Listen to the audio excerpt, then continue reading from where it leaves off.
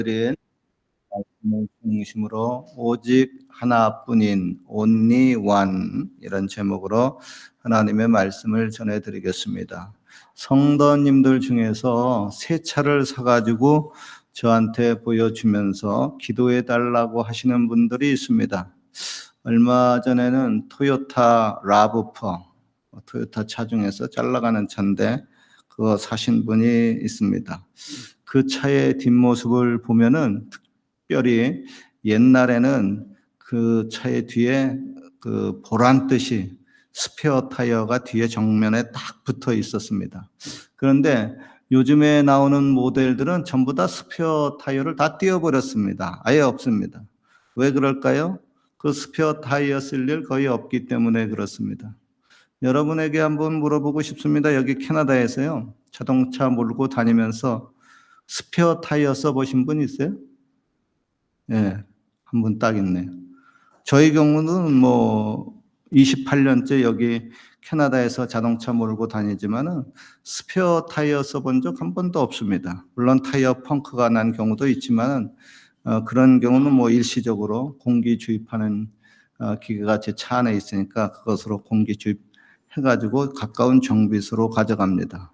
그런데 공기 주입도 안 되고 아예 옆에 이제 타이어가 펑크가 나면 안 되잖아요. 그럴 때는 이제 뭐 일일이 스페어 타이어 뺐다 붙였다 뭐 그거 하기 번거로우니까 그냥 견인차 불러가지고 문제를 해결을 합니다. 그러니까 요즘은 스페어 타이어가 거의 필요 없는 물건 취급을 받고 있습니다. 그런데 사람에게도 너는 스페어 타이어야 이런 말을 할까요? 만약 그런 말을 들으면은 기분이 어떨까요? 영국의 그 돌아가신 그 다이애나 왕세자 비에게 두 아들이 있었죠. 큰 아들 이름이 윌리엄 왕자, 머리가 좀 많이 벗겨진 분이죠. 둘째는 또 해리 왕자입니다. 이분은 또 머리숱이 많아요. 그래서 큰 아들을 윌리엄 왕자고 둘째는 해리 왕자인데 큰 아들 윌리엄은 아버지의 뒤를 이어서 장래 왕이 될 사람입니다. 그러면 둘째인 해리 왕자는 어떻게 될까요? 그는 스페어입니다. 2023년 해리 왕자가 자서전을 냈습니다. 그 제목 이름이 뭐죠? 스페어입니다. 즉 자기는 형 윌리엄의 그 스페어 타이어와 같은 존재라고 하는 겁니다. 어느 나라든지 왕은 하나입니다. 그런데 이미 왕이 될 형이 있으니까 둘째인 자기는 그저 스페어 타이어에 불과하다고 하는 겁니다. 즉 별로 중요하지 않다는 거죠. 그리고 자기 스스로를 나는 스페어 타이어야 하면은 스스로 비하하는 말이기도 하고요. 또 실제로 아버지 그 찰스 왕을 비롯해 가지고 영국 왕실도 그 해리 왕자를 스페어 타이어 취급을 했다는 겁니다. 그래서 그가 어떻게 되었나요? 결국 해리 왕자는 그의 아내와 함께 영국을 떠나서 미국으로 이민을 갔습니다. 스페어 타이어 왕자 노릇하기 싫다 하는 거죠. 이 이야기를 듣고 제가 스스로 한번 생각을 해봤습니다. 나는 과연 스페어인가? 여러분 어때요? 여러분에게도 이 질문을 스스로 해보십시오. 나는 과연 스페어 타이어인가? 여러분의 경우는 어떤 대답이 나올는지 모르겠습니다. 저희 경우는 위로 그 누님 한 분이 있고요. 돌아가셨어요. 그리고 아래는 여동생 하나가 있는데 아들은 뭐 저 혼자뿐입니다. 그러다 보니까 저는 부모님으로부터 스페어 취급을 받은 적이 없습니다. 오히려 아들이라고 저를 우대를 해줬던 것 같아요. 그래서 학교 시절 때 제 도시락에는 항상 계란과 고기 반찬이 있었습니다. 그때는 귀한 거예요. 그리고 또 간식도 있었어요. 잼과 버터를 바르고 거기다가 또 뭐 버터 위에다가 설탕도 살짝 또 얻어가지고 맛있는 간식도 또 준비를 해줬어요. 근데 저는 그 간식이 너무 계속 싸주니까 지긋지긋해가지고 안 먹으면 옆에 친구들이 와 이렇게 맛있는 걸 왜 안 먹느냐 해가지고 다 뺏어 먹었어요. 저는 뭐 그냥 괜찮았어요. 그런데 저희 누님 도시락에는 계란과 고기 반찬이 없었습니다. 그저 김치만 있었습니다. 간식도 따로 없었어요. 되게 그 남녀 차별했죠. 부모가 그러면 안 되죠. 그죠? 요즘은 뭐 아들보다 딸을 더 선호하는 입장이지만 당시에는 아들 선호 사상이 굉장히 심했습니다. 아들 낳지 못하면은 이혼당하고 쫓겨나는 경우도 많이 있었습니다. 당시에 남존여비 사상이 있었기 때문입니다. 그러나 형제들이 뭐 여럿이 있고 그 중간에 낀 그 자녀의 경우는 자칫 스페어 취급을 받으면서 자라나는 경우가 있습니다. 그리고 그런 경우 자존심이 상하고 자존감도 심히 떨어질 수가 있습니다. 그렇게 자존감이 떨어지면요, 자기 자신에 대해서 부정적인 평가가 증가를 합니다. 그래서 알게 모르고 불안이 생기고 우울이 생기고 대인관계에 문제가 생기고 비판에 대해서 과도한 반응을 하고 사회적으로 위축되는 현상이 흔하게 나타납니다. 그 결과 회피성 사람이 됩니다. 사람들을 자꾸 회피하게 되거나 혹은 강박적인 행동을 반복하거나 각종 스트레스에 제대로 대처하지 못해서 쉽게 지치고 피로감을 느낄 수가 있습니다. 한마디로 인생이 좀 불행해지고 살맛이 없어지고 맙니다. 오늘은 이에 대해서 성경적인 그 대처 방안을 알아보려고 합니다. 먼저 나의 나의 가치는 하나님께 달려 있다는 것을 알아야 됩니다. 하나님은 내가 뭐 어떤 목적에 쓸모가 특별히 있어가지고 혹은 남들보다 내가 잘나고 똑똑하고 의로워서 나를 높이 평가하고 나를 택하고 나를 사랑하신 것이 아닙니다.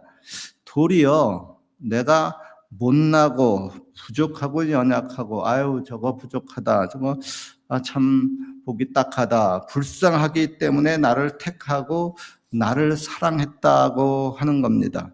부모가 되어 보면은 이런 그 하나님의 마음을 조금이라도 이해할 수가 있습니다. 부모가 가장 돌보고 사랑하는 자녀는 누구일까요? 자녀 중에서 가장 잘나고 똑똑한 자녀일까요? 아닙니다. 부모가 가장 사랑하는 자녀는 도리어 자녀들 중에서 가장 어수룩하고 뭔가 부족해서 아이고 저거 세상에서 제대로 살아갈 수 있을까? 그런 그 염려되는 자녀 혹은 장애를 가진 자녀에게 더욱 신경이 가고 그 자녀를 돌보게 됩니다. 즉 나에 대한 가치 평가는 나를 지으시고 나를 만드신 하나님만이 나의 가치 평가를 할 수가 있습니다. 사람들은 종종 착각을 잘합니다. 자기 스스로 괜찮다고 하면은 자기가 괜찮은 줄 압니다. 그리고 또 남들이 자기를 괜찮다고 하면 기분이 좋아지고 자기가 괜찮은 줄을 압니다. 반면에 스스로 자기를 남들보다 아주 낮게 평가를 해가지고 늘 낙심하고 기분이 안 좋은 사람도 있습니다. 혹은 남들이 자기를 조금이라도 좀 안 좋게 대하면 그로 인해서 좀 우울감과 함께 비탄에 잠기는 분들도 있습니다. 그거요, 둘 다 안 좋습니다. 나에 대한 그 가치 기준을 타락하고 변하기 쉬운 그 인간에게 둔다고 하는 것은 전혀 바람직하지 않습니다. 그렇게 되면 나의 가치가 어떤 사람을 만나느냐에 따라서 그 사람으로부터 어떤 말을 듣느냐에 따라서 수시로 요동이 치고 맙니다. 그로 인해서 불완전한 사람이 돼버리고 맙니다. 그리고 여러분 잊지 말아야 됩니다. 나의 가치는요 반드시 가치를 정확하게 매길 수 있는 하나님께 두어야 됩니다. 하나님의 나의 가치를 세상의 수많은 사람들 중에 나를 생각할 때 너는 그저 남들의 그냥 스페어 타이어에 불과해 그렇게 생각하지를 않습니다. 우리 한 사람 한 사람은 하나님 보시기에 오직 하나밖에 없는 존재입니다. 저와 여러분 한 사람 한 사람은 대체 불가의 오리지널 온리 원의 존재입니다.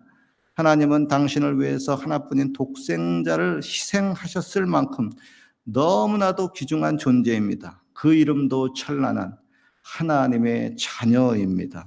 오늘의 본문은 말씀합니다. 하나님의 세상을 이처럼 사랑하사 하나님이 세상에 있는 나를 이처럼 사랑하사 독생자를 주셨으니 이는 저를 믿는 자마다 멸망치 않고 가장 귀한 영생을 얻게 하려 하심이니라 그랬습니다.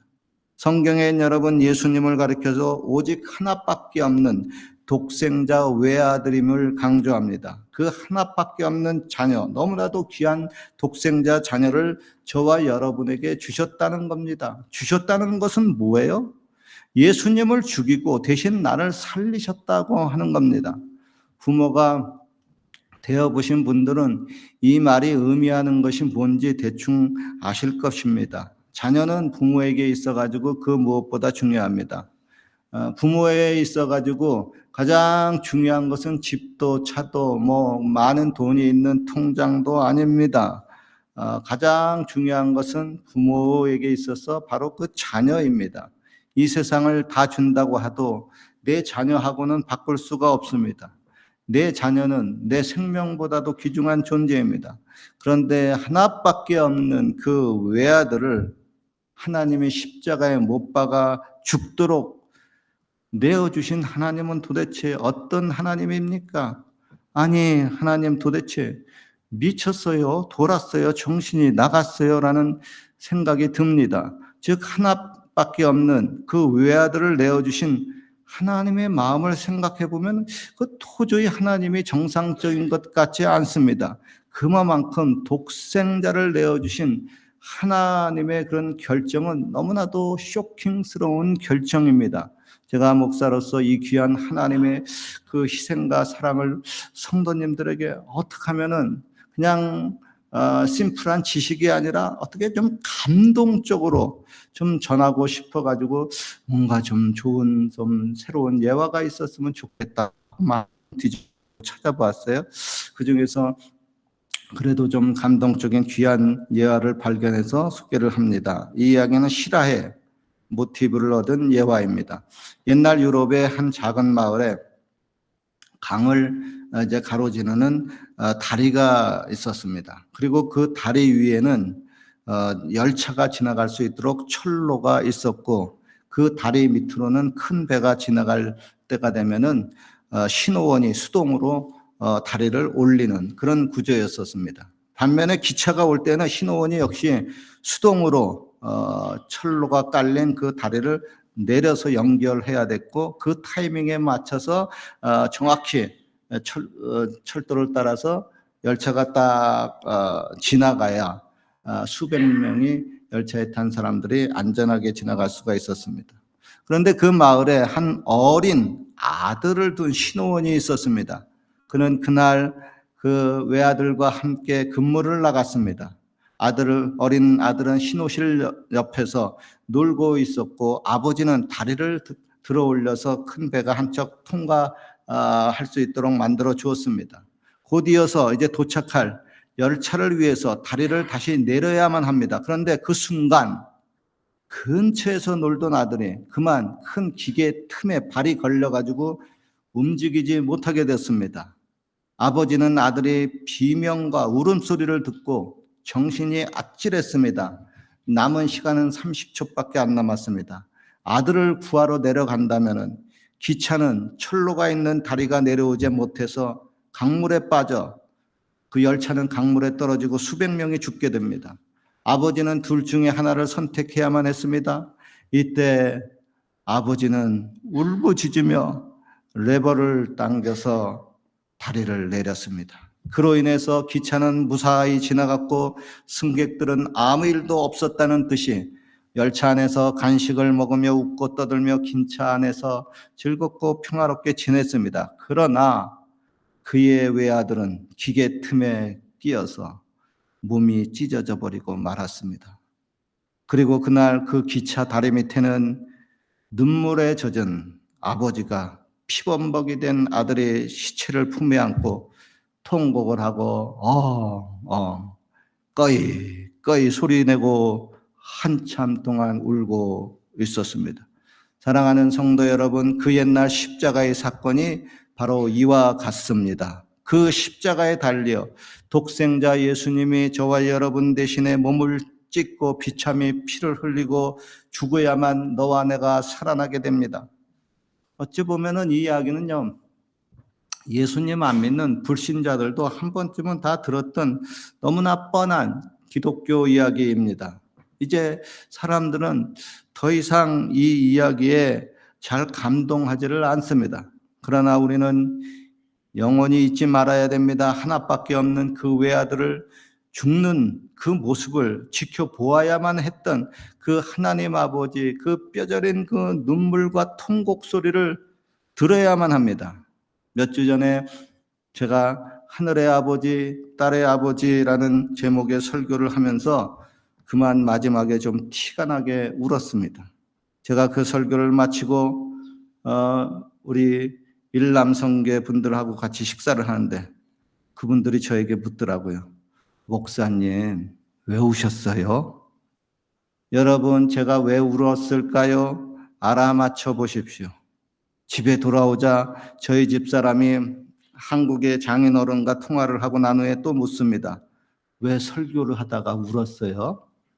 그러면서 저희 장인어른이요, 저희 설교를 매주 동영상을 통해서 봐요. 그리고 보고 난 다음에 저희 집사람하고 통화하면서 이렇게 말했다 그래요.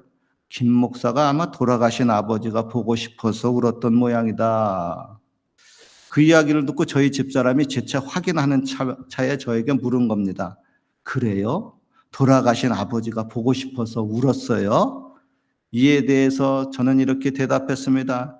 에이, 뭐 아버지가 보고 싶어서 울었겠어? 어머니가 보고 싶어도 울지 않는데? 하늘의 아버지 보면 좀 섭섭하시겠네? 이 말 들으면. 여러분, 그러면 무슨 이유 때문에 제가 울었을까요? 한번 알아맞혀 보십시오. 6가지 이유가 있습니다. 첫째, 아버지로서 외국 땅에서 개고생하고 험악하게 인생을 사는 나의 처량한 모습이 너무 처량스러워서 신세 한탄하며 울은 것이다. 둘째, 아버지로서 너무나도 무능력하여 자녀나 가족에게 제대로 해주지 못해서 그것이 서럽고 슬퍼서 울은 것이다. 셋째, 목사님이 나이가 먹으니까 여성 호르몬이 많이 나와서 조그만이라도 감동이 돼서 울은 것이다. 넷째, 목사님이 요즘 심적으로 육적으로 많이 안 좋은 모양이다. 사모님하고 사이가 안 좋은가? 아니면 사모님과 따님이 우리 목사님을 비난하고 왕따시켜서 서러워서 울은 것일까? 다섯째, 성도님 중에 목사님을 누가 힘들게 하고 목회가 힘들어서 울은 것일 수도 있겠다. 여섯째, 목사님이 혹시 노년에 노인 우울증이 왔을까? 그럴 수도 있겠다. 자, 이 6가지 이유 중에 몇 번째일까요? 저도 이 질문을 받고 왜 울었느냐, 그래서 제가 왜 울었는지 저도 궁금해가지고 다시 녹화된 설교 동영상을 보았어요. 내가 왜 울었지? 그러다가 아하, 이거구나 하고 깨달은 것이 있습니다. 그날의 설교한 내용 중에 탕자 아버지의 그 모습에 비춰준 그 내 자신의 모습을 보고 울은 겁니다. 특별히 탕자 아버지가 돌아온 둘째 아들을 맞이하기 위해 너무 기뻐서 막 달려가는 그 모습이 나의 그 모습과 조명이 되어서 울었습니다. 저도 자녀 때문에 막 달려간 적이 한 번 있었거든요. 그래서 그게 이제 겹쳐가지고 울은 것 같아요. 그리고 또 더 나아가서 나를 살리기 위해서 하나밖에 없는 독생자 외아들을 희생하고 죽여야만 했던 그 아버지의 그 사랑, 그 아버지의 그 눈물과 통곡 소리를 생각하니까 마음이 찡해서 울은 것입니다. 그리고 또 하나 중요한 이유 중에 하나는 제가 25살 때요, 성령을 받고 난 다음에 눈물이 많아졌습니다. 그래서 울은 것이에요. 즉 울은 이유가 여러 가지가 복합적으로 작용이 되어서 울은 겁니다. 저는 설교 준비를 하면서요, 가끔 통곡을 하고 울 때가 있습니다. 그런데 그건 있습니다. 보통 설교자가요, 설교 준비하면서 통곡을 하고 울면서 너무 울어가지고 또 막 찬물로 씻고 그렇게 설교 준비를 하면요, 일단 제 자신이 은혜를 받고 성도님들에게도 꽤 은혜가 되겠다 그런 생각을 해요. 한국의 경우는 그런 경우에 제가 설교 준비할 때 통곡을 하고 울면은 제 설교를 들으면서 저처럼 통곡을 하며 우는 분들이 있습니다. 이심전심입니다. 마음과 마음이 서로 통한 겁니다. 그런데요, 말세가 되면은 사람들의 특징 중 하나가 무정해진다고 합니다. 즉 울어야 될 때 울지 못하고 웃어야 될 때 웃지 못한다는 겁니다. 다시 말해서 감정이 메말라진다는 것입니다. 예수님도 그러한 세대를 비유해서 말씀하셨습니다. 우리가 너희를 향해서 피레를 불어도 너희가 춤추지 않고 우리가 애곡을 하여도 너희가 울지 아니하였도다 함과 같도다. 결론입니다. 하나님은 하나밖에 없는 독생자 외아들을 죽이는 데까지 내어놓으셨습니다. 그리고 그로 인해서 하나님 아버지는 너무나 마음이 아파서 심히 통곡을 하고 우셨습니다. 우리는 그런 하나님 아버지의 심정을 헤아려야만 합니다. 여러분 입장을 바꿔놓고 생각해 보십시오. 나에게 자녀가 하나밖에 없습니다. 너무나도 귀중하고 소중한 자녀입니다. 그런데 그 자녀가 너무나도 비참히 죽었습니다. 갑자기 죽었습니다. 그때 부모가 느끼는 심정은 어떤 심정일까요? 이 세상에서 아마 가장 슬프고 가장 괴로운 심정일 것입니다. 하나님이 여러분 독생자 예수님을 죽이기까지 하면서 그렇게 미치도록 사랑한 존재가 바로 저와 여러분이라고 하는 겁니다. 우리는 이 사실을 항상 잊지 말아야 됩니다.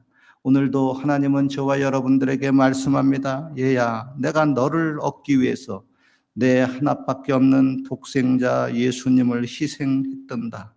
그런데 너는 그 사랑을 아직도 깨닫지 못하느냐? 여전히 나를 의심하느냐? 그 사랑을 가벼이 여기고 있느냐? 사랑하는 아들아, 딸아, 너희의 구원은 절대로 값싼 것이 아니란다. 너를 얻기 위해 나는 내 생명보다도 귀중하고 우주보다도 귀한 독생자를 그 값으로 내어 주었단다. 고로 너는 이 세상에서 가장 귀한 나의 자녀란다. 아멘. 네, 기도하시겠습니다. 하나님 아버지, 나를 구원하시기 위해 하나밖에 없는 독생자를 죽여야만 했던 그 하나님 아버지의 마음을 조금이나마 알게 하여 주시고, 그리고 하나님이 나를 그렇게 사랑했다고 하는 것을 깨닫게 하여 주옵소서. 그렇게 사랑받는 내가 이 험한 세상에 살면서 더 이상 외롭지 않게 하시고 처지지 말게 하시고 그 사랑을 날마다 느끼며 더 행복하게 하여 주옵소서. 예수님의 이름으로 기도하옵나이다. 아멘. 같이 말씀을 생각하면서 기도합니다.